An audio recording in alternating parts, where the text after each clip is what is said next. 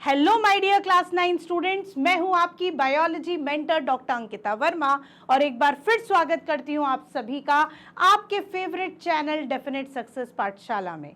वो यहाँ जहाँ डेफिनेट आपकी सक्सेस है, जहाँ आपको मिलती है डेफिनेटली आपकी सक्सेस। तो आज हम स्टार्ट करने वाले हैं फंडामेंटल यूनिट ऑफ लाइफ का लास्ट टॉपिक, लेकिन बहुत ही important topic, that is cell division. ठीक है बच्चों, जो आपका चैप्टर 5 है ये उसका लास्ट टॉपिक है, दैट इज सेल डिवीजन, कि सेल कैसे डिवाइड होता है।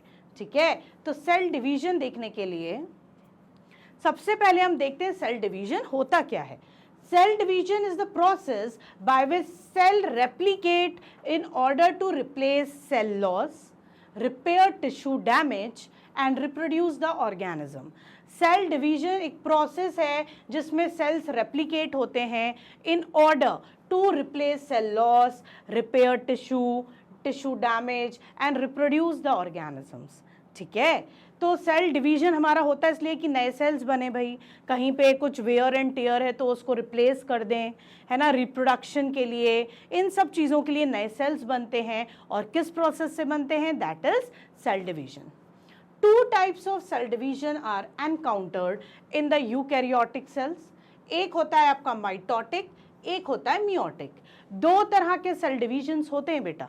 ठीक है, यूकैरियोट्स में दो तरह के सेल डिवीजन होते हैं, एक होता है माइटोसिस, दूसरा होता है मियोसिस।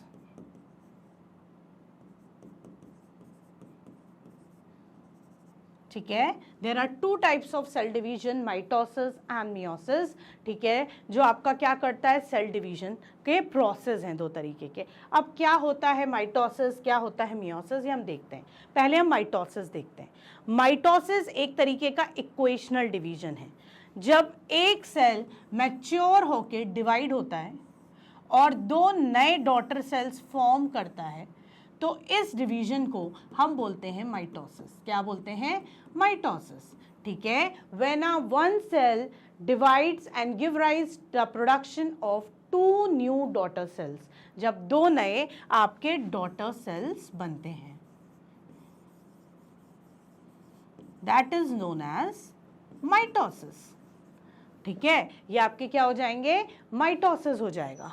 लिखा हुआ है इसमें, in mitotic division two genetically identical, ठीक है, daughter cells are produce from the original one. जो जेनेटिक कॉन्स्टिट्यूशन आपके मेन पेरेंट सेल का होगा, वही सेम जेनेटिक कॉन्स्टिट्यूशन आपके दो डॉटर सेल्स का होगा।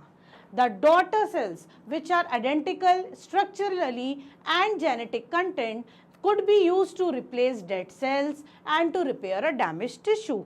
तो ये बन क्यों रहे हैं, ये रिपेयरमेंट पर्पज से बन रहे हैं, या तो ये रिप्लेस करेंगे डेड सेल को, या क्या करेंगे, रिपेयर करेंगे डैमेज टिश्यू को। किसको, डैमेज टिश्यू को।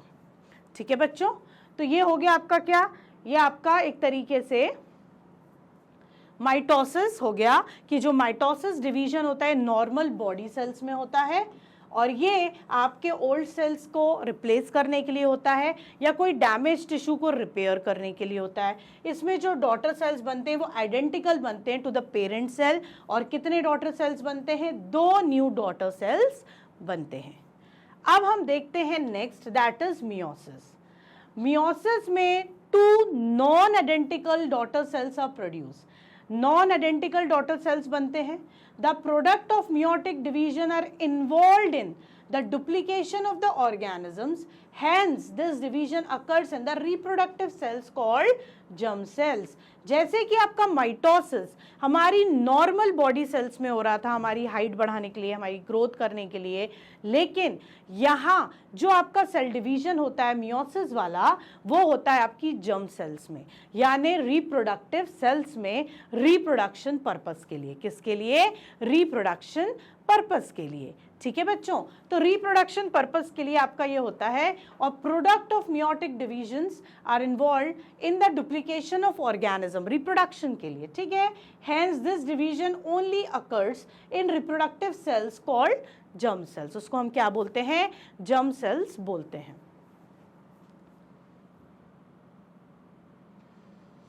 माइटोसिस में आप देख रहे हो कि ये जो आपका पेरेंट सेल का कॉन्स्टिट्यूशन है, ठीक है, वैसे ही ये आपका जब मैच्योर हो जाएगा तो सेम कॉन्स्टिट्यूशन, दो जो न्यू डॉटर सेल्स बन रहे हैं दोनों में सेम कॉन्स्टिट्यूशन आएगा, जैसा पेरेंट का था वैसे ही डॉटर में आ जाएगा।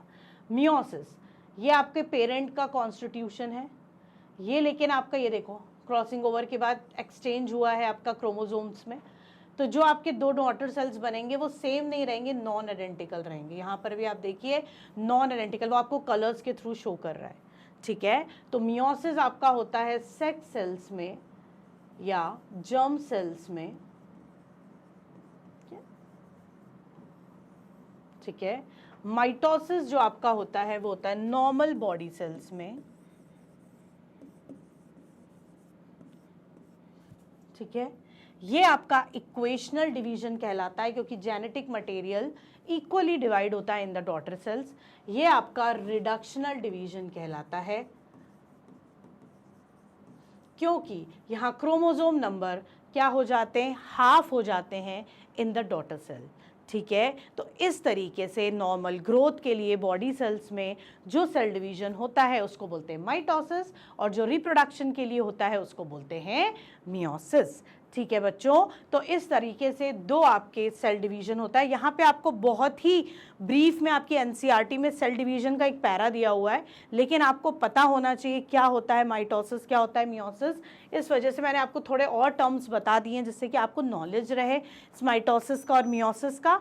तो इस तरीके से आपका सेल डिवीजन होता है एक ऑर्गेनिजम्स में, माइटोसिस से या मियोसिस से, ठीक है। तो आप लोगों ने सेल डिवीजन देख लिया, सेल डिवीजन में माइटोसिस देख लिया, मियोसिस देख लिया, दोनों में डिफरेंसेस क्या होते हैं ये आप लोगों ने पढ़ लिया। माइटोसिस नॉर्मल ग्रोथ प्रोसेस के लिए है, मियोसिस रिप्रोडक्शन प्रोसेस के लिए होता है, ठीक है।